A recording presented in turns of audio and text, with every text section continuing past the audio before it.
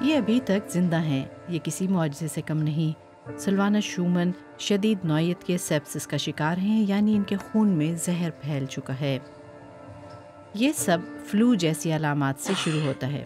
مریض تیز بخار اور شدید کھانسی کے سبب بہت زیادہ کمزوری محسوس کرنے لگتا ہے۔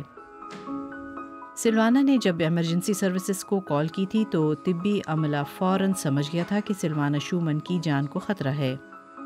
سیپسس کی صورت میں وقت اتنا ہی کم ہوتا ہے جتنا کہ ہارٹ اٹیک یا فالج کے معاملے میں۔ ابتدائی علامات جیسے کہ تیز بخار، نبض کا بہت تیز چلنا وغیرہ وغیرہ۔ پھر بیماری کی شدت اتنی ہوتی ہے کہ مریض کہتا ہے کہ اس نے اپنی پوری زندگی میں کبھی خود کو اتنا بیمار محسوس نہیں کیا۔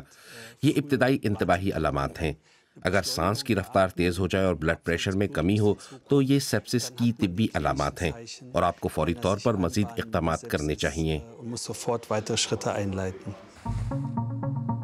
سیپسس عام طور پر بیکٹیریا سے شروع ہوتا ہے، مثال کے طور پر پھیپھڑوں میں۔ مدافعتی نظام اس انفیکشن کو کنٹرول نہیں کر سکتا۔ یہ بیکٹیریا بڑے پیمانے پر بڑھتے ہیں اور ٹاکسک یا زہریلے مواد پیدا کرتے ہیں جو خون کے ذریعے تمام اعضاء تک پہنچ کر وہاں شدید سوزش کا باعث بنتے ہیں۔ مسئلہ لیبارٹری کو صحیح پیتھوجین کی شناخت کے لیے گھنٹوں، بعض اوقات کئی دن چاہیے ہوتے ہیں۔ اتنا وقت ڈاکٹر اور مریض کے پاس نہیں ہوتا۔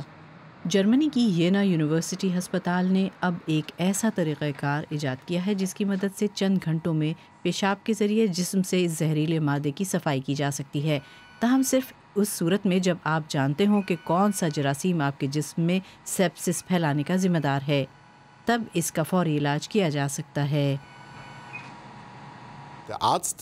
اس کے بعد ڈاکٹر مناسب علاج فراہم کرنے کے قابل ہو جاتا ہے۔ ڈاکٹر جراثیم کی شناخت اور اس کے خلاف ممکنہ اینٹی بایوٹک تھراپی کا انتخاب کر سکتا ہے۔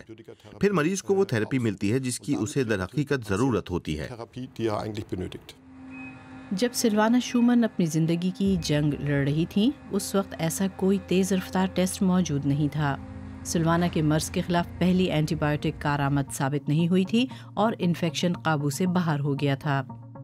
سیپٹک شاک، ایسے میں مدافعتی نظام جسم کے خلاف ہو جاتا ہے۔ سیپسس کی بڑھتی ہوئی سطح کے ساتھ جسم میں بیکٹیریا بہت بڑی تعداد میں گردش کرنا شروع ہو جاتے ہیں اور مدافعتی نظام بھی بڑی مقدار میں اینٹی باڈیز خارج کرتا ہے۔ اس سے خون کی نالیوں کو نقصان پہنچتا ہے، سیال ٹیشوز میں داخل ہوتے ہیں اور خون گاڑھا ہونے لگتا ہے اور آکسیجن کی نقل و حمل رک جاتی ہے۔ نتیجتاً اعضاء کام کرنا چھوڑ دیتے ہیں۔ سلوانا شومن خوش قسمت ہیں۔ ڈاکٹروں نے مختلف اینٹی بایوٹکس کو یکجا کر کے انفیکشن یا سوزش کے خلاف استعمال کیا۔ یہ آخر کار کارآمد ثابت ہوں گی، لیکن وہ ابھی تک اپنے مرض کے خلاف جنگ کر رہی ہیں۔ میں نے نسبتاً جلد ہی محسوس کر لیا تھا کہ میں جسمانی طور پر مکمل مفلوج ہو چکی ہوں۔ میں مصنوعی تنفس دینے کے عمل کی وجہ سے بول بھی نہیں سکتی تھی۔ یہ ایک بے بسی کا احساس تھا۔ میں نے خود کو بے بس محسوس کیا۔ سلوانا شومن پہلے کی طرح اب بھی درد میں ہیں۔ توجہ مرکوز کرنے میں دشواری بھی ہے اور درد شقیقہ کے ساتھ روزمرہ کی زندگی میں بھی مشکلات کا انہیں سامنا ہے۔ یہ سب خون میں شدید زہر کے دیر پا اثرات ہیں۔